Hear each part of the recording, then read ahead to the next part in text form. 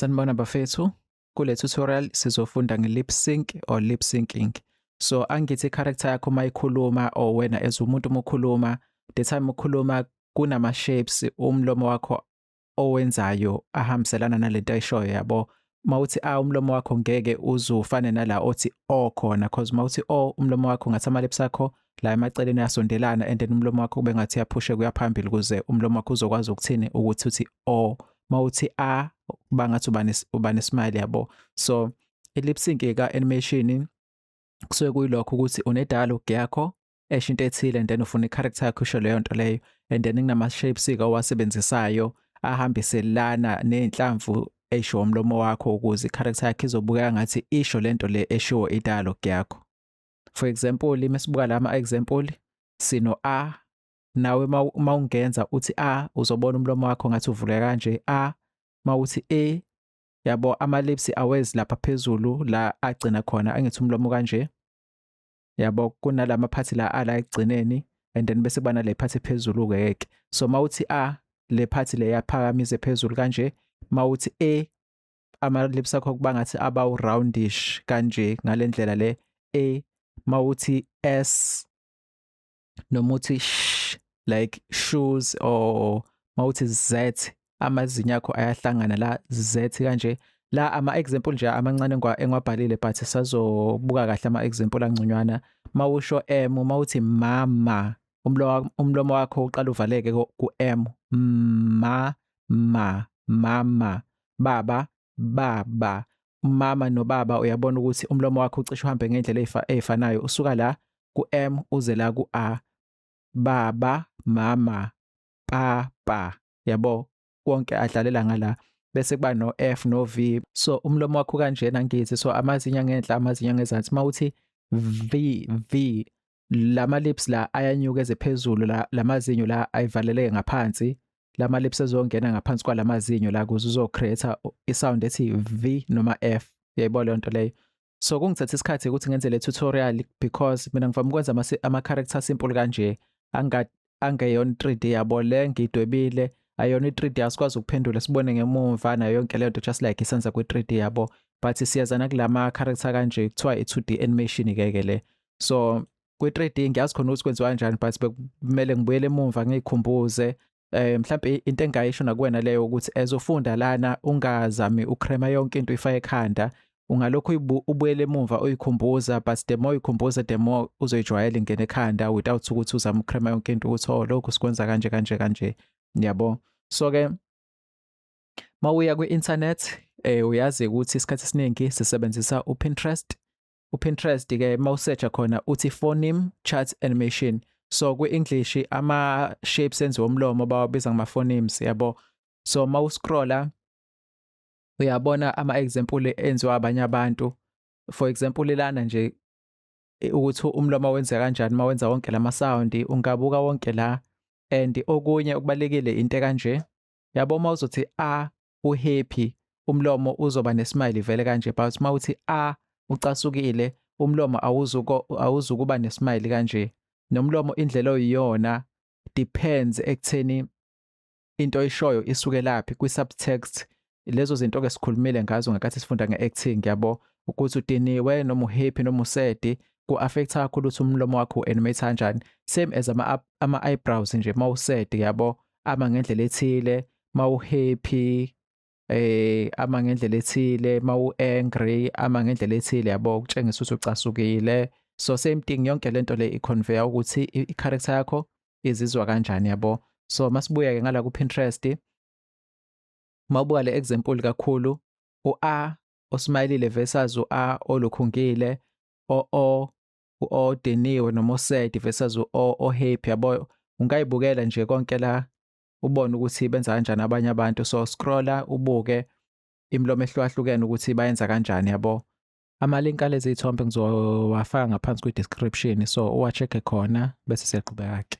So sizobuka le example le, ngifuna sina kakhulu le part ela ezansi le ethi how are you. So if lento le uyisho ngomlomo wakho uthi how yabo, mawuqala ku-H uza ku-O umlomo ngathi uyadonseka uyavuleka kanje, mawufika ku-W uba mncane uyaphusheka uze phambili ube mncane.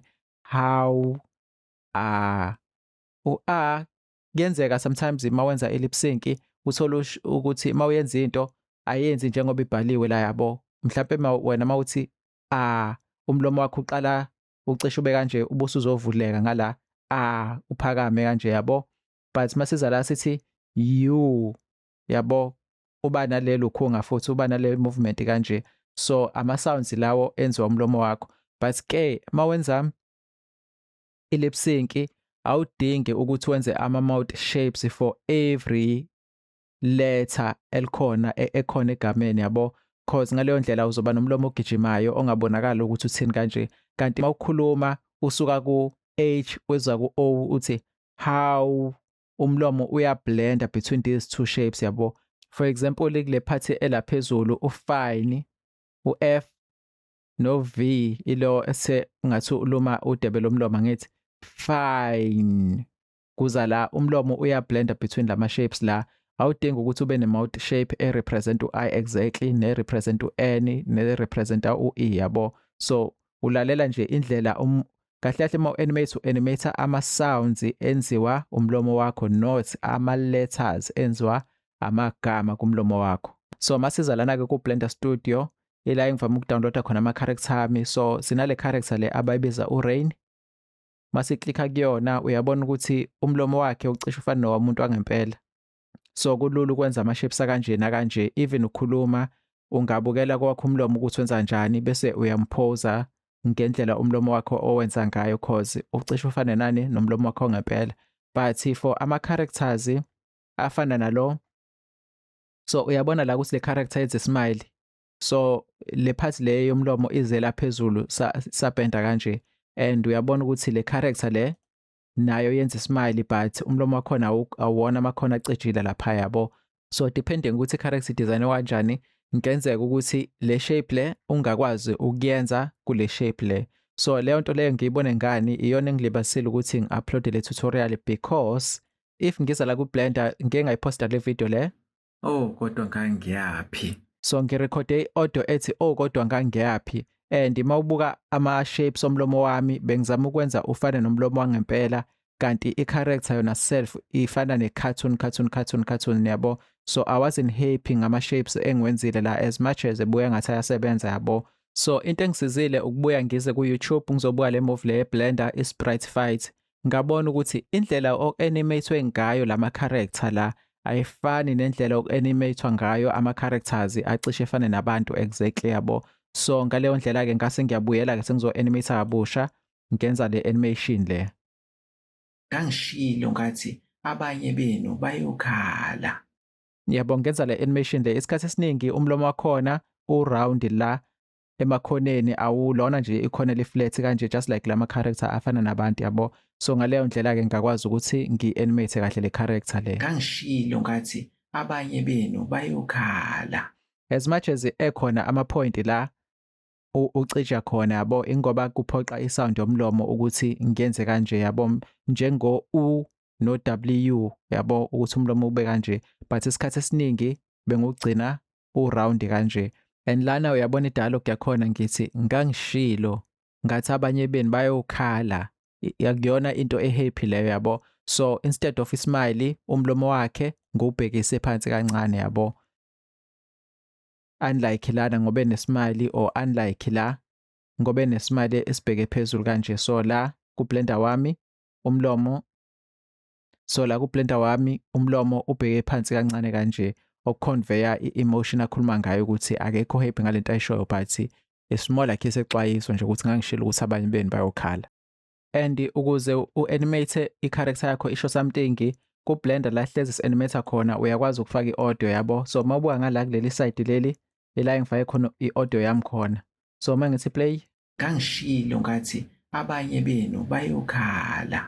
So kulula ukuthi uqondanise umlomo wakho ukuthi wenza yiphi sound kanye ne-audio. And mawuza la ku-timeline ku-Blender, njengamanje kule tutorial asenzi lutho, but siyabuka nje ukuthi okay izinto ngiyi-approach kanjani, yini lip syncing and yonke leyo nto leyo. So asikho isidingo sokuthi ulukhunge uvule u-Blender and follow along. Kwelandela yila sobe sesi-animate khona umlomo-ke yeke. Ngine-timeline yami mengiza ku-playback ngivula u-audio scrubbing, the time ngihambisa le playhead eblue back and forth uzozwa ukuthi audio iyezwakala. Ngangishilo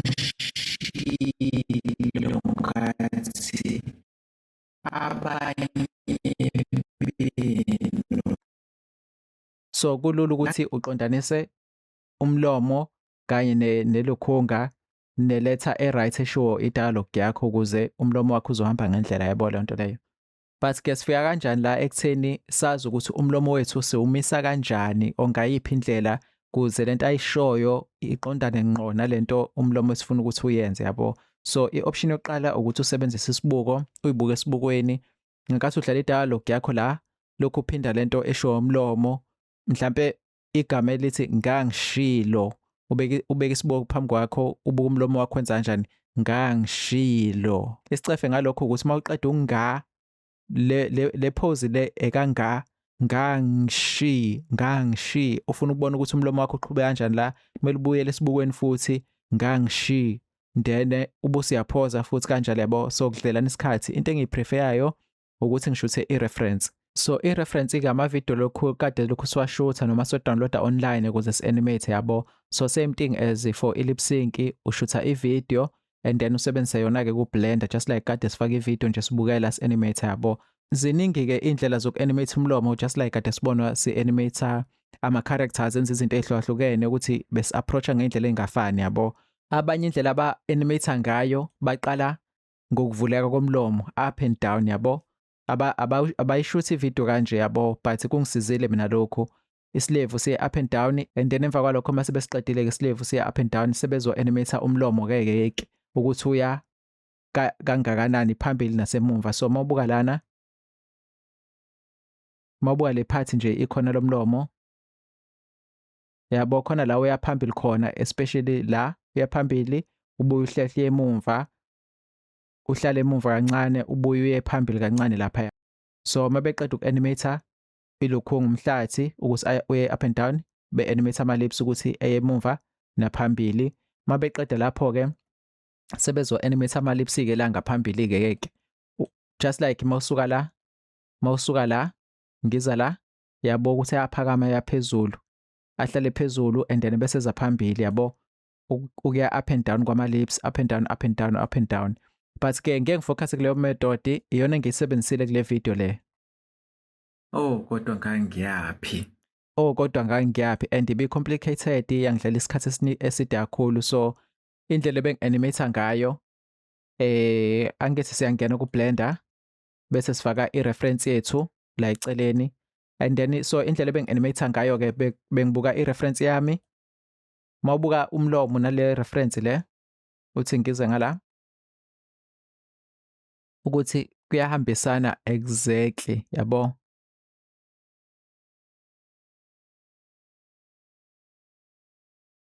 So indlela engi-achieve ngayo lento le just like bengenza ama-poses nje bengibuka ukuthi umlomo usuka kuphi uya kuphi bese ngifaka ke ama-animation in between ukuze ube smooth kahle. So ila ngiqale khona ngeza la ngawubamba and then busiyavuleka uza la ngithi. So ngasuka la ngeza la and then mawusuka la uhlala kancane khona then usuke la ngibuka lona njalo usuke la uze la mawusuka lana uye emumva lapha amazinyo evalekile yabo and then konke ke lokho kuphana indawo ke bese ngihamba ngikwenza ke. But ke angivelanga ngaqala lapho ngiqale ngoku-animate ikhanda. So kuma video engisuka kuwona kune video la ngi-animate khona ekhanda ngaba nama video ngi-animate khona amehlo. Lezi zinto lezi ngiyifundisa one by one because if sizoyixuba zonke kanye uzoba nenkinga yokuthi u-animate kahle yabo noma wazi ukuthi amehlo uzowa-animate kanjani. So animate one by one akukhona ukukwestela isikhathi but ukuthi wazi ukuthi okay mawudila namehlo uzowa-animate kanjani, mawudlula kuwona uzo-animate umlomo uzodila nakho kanjani leyo nto leyo yabo. And isikhathi esiningi wa-animation u-animate amehlo nekhanda nomzimba uqede umlomo isikhathi esiningi into ogcina ngayo ekugcineni yabo. And enye into kumele uyinotice ngoku-animate ama-lips sengikhuluma ke ngalokhu kolukhunga kwejoke ke ukuthi ihlathi sakho ukuthi sehle siye phansi siye phezulu desamkhuluma akusiso sonke isikhathi la umlomo wakho uvaleka khona la ilokhunga yakho ihlathi sakho kumele siye phezulu uzivaleke. For example nakho la kule point le so mawubuka lana amazinyo alapha ngithi busubuka umlomo umuvaleka uyavaleka but amazinyo asala lapha ezansi, uvaleke umlomo uphinde uvuleke futhi. Yabo ukuthi amazinyo awahlukani kanje ngoba asale laphaya, so akusiso sonke isikhathi la ovala khona umlomo amazinyo nawo evaleka khona yabo. So ezinye izinto ey'prevent ukuthi isilevu sakho singalokhu siya up and down, up and down, up and down, cause leyo nto igcina ibukeka i-unnatural ma-u-animate. So izo zonke izinto lezo esobe siyiqaphela ngenkathi senza umlomo wethu, but all in all ilokho-ke ebengifuna ukukhava today. And then kwi-tutorial elandelayo sesobe si-animate-ke umlomo, sibone ukuthi ngikwenza kanjani ama-processes akhona. I think ngizonika le video le ngenkathi ngi-animate nani nisebenzise yona, ni-follow along kwi-tutorial elandelayo. But-ke ngizocela ukuthi uma usuqedile ushuthe yakho, urekhode yakho i-audio. Ngizonitshela ukuthi i-audio siyifaka kanjani ku-Blender nayo yonke leyo nto leyo. Ufake yakho i-audio, u-animate yakho i-dialogue, ubone ukuthi kuphi la usa-strugglisha khona, ubuye uqale phansi upractice, cause ngeke kusize ukuthi u-animate la kuphela bese udlulela kwi-video elandelayo yabo. Of which-ke kwi-video elandelayo sesobe si-animate umuntu ophelele, ikhanda, izandla, umzimba. So sekulula-ke manje cause usiyazi ukuthi umlomo sidila kanjani nawo, amehlo kanjani, yabo yonke leyo nto leyo. Ikhanda vele kuli-animate nomzimba-ke yabo, but nje kwakukufaka kancane kancane kancane the time sili-animate lodwa. So izobonana kwi-tutorial elandelayo. Ngiyabonga kakhulu.